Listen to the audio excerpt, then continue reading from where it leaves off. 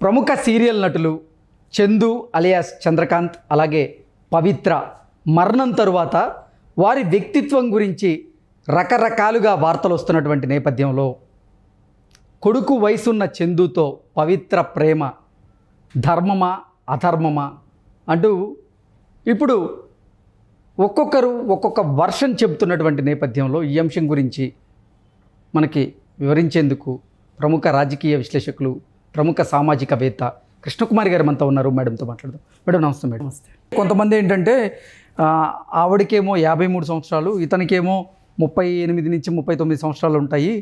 అంటే కొడుకు వయసు ఉన్న చందుతో అసలు పవిత్ర ప్రేమలో ఎలా పడతారు అనేది ప్రశ్నిస్తూ ఉన్నారు సోషల్ మీడియా వేదికగా. పిచ్చి మాటలండి. ఒక భార్య పిల్లలు ఉన్న తనతోటి ఆమె ఎట్లా ప్రేమలో పడింది, భార్య పిల్లలు ఉంటే ఇతను ఎట్లా భార్య పిల్లలను వదిలేసి ఆమెతో ప్రేమలో పడ్డాడు అనేది ఇక్కడ ప్రశ్న. డిబేటబుల్ సబ్జెక్ట్ అది. ఇప్పుడు ఒకవేళ ఆమెకు 53 ఏళ్ళు లేవండి, ఆమెకు 22 ఏళ్ళే ఉన్నాయి. ఇప్పుడు ఇతను వాళ్ళ ఫ్యామిలీని వదిలేస్తే కరెక్ట్ అయ్యిద్ది అంటారా? అవ్వదు కదా. అందుకని మనం మాట్లాడుకునే మాటలు ఎలా ఉండాలి అంటే అది చట్టబద్ధంగా ఉండాలి, న్యాయబద్ధంగా ఉండాలి, ధర్మబద్ధంగా ఉండాలి. అంతేగాని అవకాశం దొరికింది కదా అని చెప్పి, నాకు ఒక ఛాయిస్ దొరికింది కదా అని చెప్పి ఛాయిస్లు వెంట పరిగెడితే ఇప్పుడు ఈ కాలంలో అందరూ అట్లాగే ఉన్నారు. ఛాయిస్లు వెనకే పరిగెడుతున్నారు. ఛాన్స్ అండి, జీవితం ఒక ఛాన్సు. మనిషిగా పుట్టడం ఒక ఛాన్సు ప్రతి ఒక్కరికి. ఛాయిస్ కాదు, అది ఒక ఛాన్స్, గొప్ప అవకాశం. ఈ మనిషిగా పుట్టి నువ్వేం చేస్తున్నావు అనేది ఇంపార్టెంట్. కానీ మనకు ఛాయిస్ ఉందండి పుట్టుకలో? అంబానీ ఇంట్లో పుడతాను నేనంటే కుదురుతుందా? ప్రతి ఒక్కరు అదే కోరుకుంటారు కదా మేడం. ఛాయిస్ ఉంటే అదే కోరుకుంటారు కదా. ఇది ఛాన్స్, మనం పుట్టామంతే. అయితే ఏది ఏమైనా ఈ చందు ఈ కేసులో వాళ్ళు ఏమనుకుని వాళ్ళ ట్రావెలింగ్ మొదలెట్టారో తెలియదు. కానీ ఆ కుటుంబాన్ని మటుకు తీరని అన్యాయం చేశారు. ఇప్పుడు ఈ మొత్తం చందు చేసిన పని కరెక్టా? ఇప్పుడు ఆమెదంటే యాక్సిడెంట్ అనుకోండి, ఆమె ఏమి అది కోరుకోలేదు. యాక్సిడెంట్ని ఎవరో కోరుకోరు, చావటాన్ని కూడా కోరుకోరు. కానీ చందు కోరుకున్నాడు. ఈ చందు చావు ఏం సాధించాడు? చచ్చిపోయి ఏం సాధించాడు అంటే ఏమీ సాధించలేడు. ఇది మొదటి మాట. ఇప్పుడు చందు భార్య, నా భర్త ఎక్కడున్నా సుఖంగా ఉంటే చాలు అనుకున్నాను అని చెప్పి ఆవిడ చెప్తుంది. అది కూడా కరెక్ట్ మాట కాదు. ఎక్కడ ఉన్నా సుఖంగా ఎలా ఉంటాడు? 11 సంవత్సరాలు మీ ఇద్దరు ప్రేమించుకొని పెద్దలను ఒప్పించి, అసలు ప్రేమించారు అనేది ఒక పాయింట్, పెద్దలను ఎదిరించారు, పెళ్లి చేసుకున్నారు అనేది వ్యాలిడ్ పాయింట్సే. కానీ 11 సంవత్సరాలు ప్రేమించుకోకపోయినా, పెద్దల్ని ఎదిరించకపోయినా, మీ ఇద్దరు పెళ్లి బంధం ద్వారా ఒకటయ్యారు అంటే వాళ్ళు ఖచ్చితంగా సక్రమంగా ఉండవలసిందే. ఉండకపోతే వచ్చేయండి బయటికి, మనకు అవకాశం ఉంది కదా. డివోర్స్ తీసుకోవచ్చు. ఇద్దరు పిల్లలు ఉన్నారు కదా. కానీ ఇక్కడ ఎవరు డివోర్స్ తీసుకోలేదు. అంటే ఇటు వీళ్ళ ఫ్యామిలీ కానీ అటు వాళ్ళ ఫ్యామిలీ కానీ ఇద్దరూ తీసుకోలేదు. ఇద్దరూ తీసుకోకుండా వాళ్ళు సహజీవనం చేస్తూ ఉన్నారు. ఆ సహజీవనాన్ని నేను ఇంకొంతకాలం పోయి ఉంటే కనుక మేమిద్దరం భార్యాభర్తలమని ప్రకటించేవాళ్ళమే అని చెప్పి చందు అన్నాడు. అది ఎంతవరకు సమంజసం? అంటే ఈ మొత్తంలో చందుకి క్యారెక్టర్ లేదు, ఒక బలమైన వ్యక్తిత్వం లేదు, ఒక బెదిరిపోయే ఒక బలహీన మనస్తత్వం ఉన్న వ్యక్తి. అతనికి అప్పట్లో ఆ అమ్మాయి నచ్చింది, శిల్ప, వెంటబడ్డాడు, ప్రేమించానని చెప్పాడు, ప్రేమించాడు, ఆమె చేత ప్రేమించబడ్డాడు, పెద్దల్ని ఎదిరించి పెళ్లి చేసుకున్నారు, 2 పిల్లలు పుట్టారు.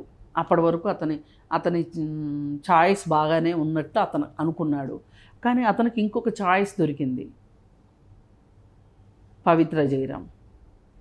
ఇటు వచ్చేసేసిన తర్వాత ఇక్కడ బాగానే ఉన్నాడు. భార్య వైపు నుంచి ఎన్ని ఇబ్బందులు వచ్చినా, కుటుంబం నుంచి ఎన్ని ఇబ్బందులు వచ్చినా వాళ్ళ గాలికి వాళ్ళని వదిలేశాడు.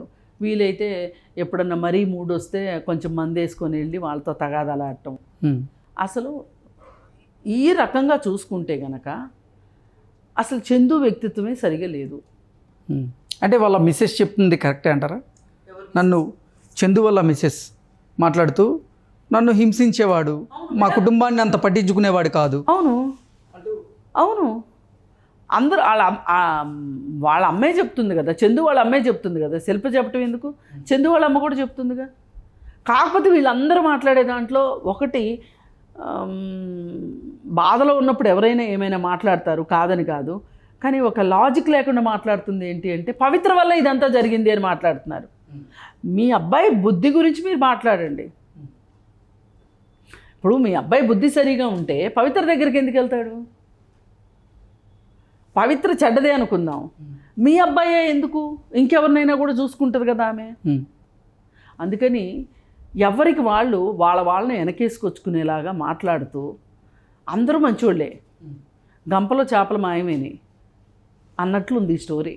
ఇప్పుడు అక్కడికి వెళ్తే ఒక ఘనమైన ఛానల్ వాళ్ళు కూడా ఇక్కడ ఇది మొత్తం చూపిస్తూ ఉన్నారు.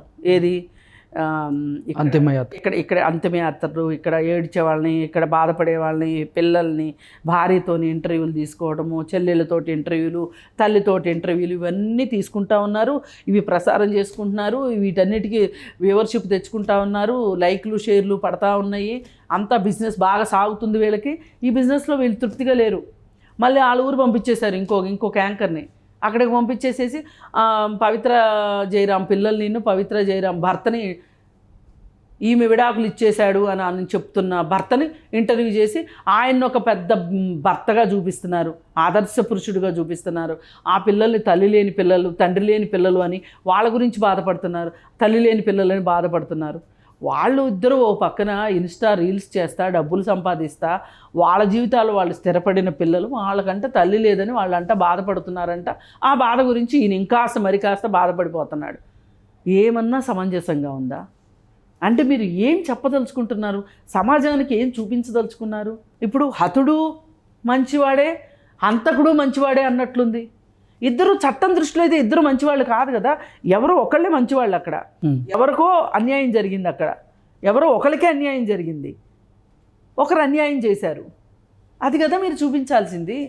మీరెందుకు మీ లైకుల కోసం, షేర్ల కోసం, మీకు వచ్చే డబ్బుల కోసం మీరు ఈ విధంగా అసలు ప్రజల్ని ఎందుకు కన్ఫ్యూజ్ చేస్తున్నారు? మా అమ్మ లాంటి అమ్మ ఉండదు, మా అమ్మ లాంటి అమ్మ ఉండదు అని ఆ కూతురు కొడుకు ఏడవటం, వాళ్ళని చూసి ఆ భర్త ఏడవటం, ఆ భర్తను చూసి యాంకర్ ఏడవటం, ఇదంతా చూసి జనాలంతా విపరీతంగా చూడాలనుకోవటం. దీనిలో మీరు చట్టం గురించి చెప్తున్నది ఏంటి, మంచి చెడు గురించి చెప్తుంది ఏంటి, న్యాయం గురించి, ధర్మం గురించి మాట్లాడుతున్నది ఏంటి? ఒక మనిషి యొక్క వ్యక్తిత్వం కావచ్చు, ప్రవర్తన శైలి గురించి మాట్లాడుతుంది ఏముంది? ఈ మొత్తం దీంట్లో ఆమెకి డబ్బు కావాలి, పవిత్ర జయరాంకి. ఆ డబ్బు ఎలా వచ్చినా పర్వాలేదు, ఆమె రీల్స్ చేస్తుందా, ఇన్స్టాలో పెడుతుందా, సోషల్ మీడియా ద్వారా సంపాదించుకుంటుందా, ఎట్లయినా సీరియల్స్తో సంపాదిస్తుంటుంది. మళ్ళీ తనకి ఇక్కడ ఒక అండ ఉండాలి కాబట్టి చందు లాంటి పిచ్చోడిని కుక్క పిల్లని తిప్పుకున్నట్టు తిప్పుకుంటుంది. అది ఆమె వ్యక్తిత్వం. ఈ చందు వీడికి బాధ్యత లేదు, బంధానికి విలువ ఇచ్చేది లేదు, ఒక తల్లిదండ్రి అంటే గౌరవం లేదు, తల్లితో మాట్లాడాడు ఎన్నో సంవత్సరాల నుంచి. ఈ పవిత్ర గురించి, పవిత్రతో రిలేషన్ వద్దు అని చెప్పినందుకు గాను వీడు ఒక భర్త, భార్యకి అన్యాయం చేశాడు, పిల్లలకు అన్యాయం చేశాడు.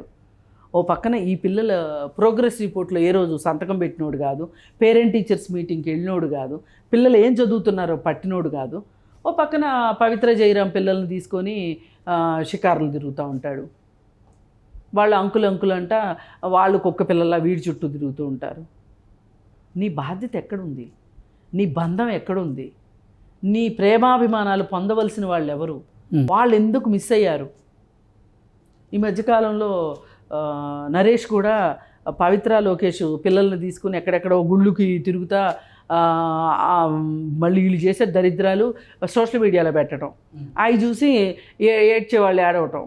నీ కొడుకు ఒక అనాథలాగా పెరుగుతున్నాడు తండ్రి లేకుండా, నువ్వేమో పవిత్ర లోకేష్ పిల్లలకి తండ్రిలాగా పోజులు కొట్టుకుంటా ఊరంతా నీ దగ్గర డబ్బులు ఉన్నాయి కాబట్టి తిరుగుతున్నావు. ఇది బాధ్యతలను మర్చిపోయిన మనుషులు చేసే పనులు ఇలా ఉంటాయి. వీళ్ళ వల్ల వాళ్ళ కుటుంబాలు కూడా నష్టపోతుంటాయి. ఇలా మనకు బాధ్యత ఉండదు అని అనుకున్న వాళ్ళు, బంధాలకి విలువ ఇవ్వము అనుకున్న వాళ్ళు శుభ్రంగా మీరు పెళ్ళిళ్ళు చేసుకోవద్దు. మీరు కొత్త బంధాల్లోకి వెళ్ళొద్దు. ఈరోజు కావాలనుకుంటే వచ్చే బంధము, ఈరోజు వద్దనుకుంటే ఊడిపోయే బంధాలకి మీరు వెళ్ళండి. మీ సంతోషాల్లో మునిగి తేలండి. వీళ్ళు సుఖాలను అన్వేషిస్తున్నట్టుంది కానీ వేరే ఏదన్నా అన్వేషిస్తున్నట్టుందా వీళ్ళిద్దరు? ఇంక వీళ్ళ గురించి మంచిగా ఎవరండి మాట్లాడుకోవాలి? ఎందుకు మాట్లాడుకోవాలి? అసలు వీళ్ళకి జస్టిఫికేషన్ కోసం మాట్లాడే వాళ్ళు అసలు నేరస్తున్నారు నన్ను అడిగితే. ఓకే. ఇప్పుడు మన చట్టం ఏం చెప్తుంది?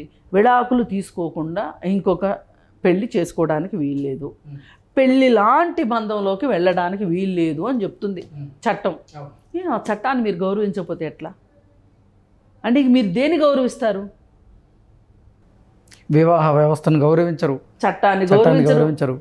మరి నీకు అంత ఇబ్బందిగా ఉంటే నువ్వు విడాకులు తీసేసుకో, నీ దోవను నువ్వు వెళ్ళు, ఎవరు కాదంటారు? ఇప్పుడు విడాకులు ఇచ్చేసేస్తే ఏమవుతుందంటే ఆ పార్ట్నర్కి కూడా ఒక క్లారిటీ ఉంటుంది. ఇప్పుడు ఆమె 4 రోడ్ల మధ్యలో ఉందండి, ఎటు వెళ్ళాలో తెలీదు. ముందుకు వెళ్ళాలా, కుడి పక్కకి వెళ్ళాలా, ఎడం పక్కకి వెళ్ళాలా, మళ్ళీ వెనక్కి వెళ్ళాలా? అదే కదా క్లారిటీ. విడాకుల వల్ల వచ్చే క్లారిటీ అదే. మళ్ళీ పెళ్లి చేసుకోవాలా? మగవాళ్ళే కాదు కదా విడాకులు ఇచ్చి పెళ్ళిళ్ళు, ఆడవాళ్ళు కూడా చేసుకోవచ్చు కదా, వాళ్ళకు కూడా హక్కు ఉంటుంది కదా.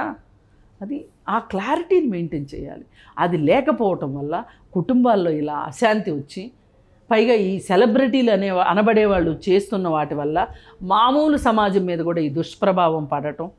పైగా ఆవిడ ఫైనల్గా నేను ఒకటి చెప్తాను. ఆవిడ శిల్ప ఒక ప్రశ్న వేసింది, అడల్టరీని చట్టబద్ధం చేశారు, అది తప్పు కాదు అన్నారు, చట్టాల్లో మార్పులు రావాలి, అది చూసే చాలామంది నాశనం అవుతున్నారు అని చెప్పింది. ఒక రకంగా చాలా అద్భుతమైన పాయింట్ అది. వివాహేతర సంబంధాలు తప్పు కాదు, సహజీవనం తప్పు కాదు అనే వచ్చిన మాటలు ఏవైతే ఉన్నాయో వాటికి వెనక ముందు కొన్ని డిస్క్రిప్షన్స్ ఉన్నాయి. అవి కూడా చదువుకుని దయచేసి ఎంతో కొంత జ్ఞానాన్ని పొంది ఆ జ్ఞానం ద్వారా మీ జీవితాల్ని అనవసరమైన ఇబ్బందులకి మీరు గురి కావద్దు, పక్క వాళ్ళని గురి కావద్దు. Okay madam, thank you so much.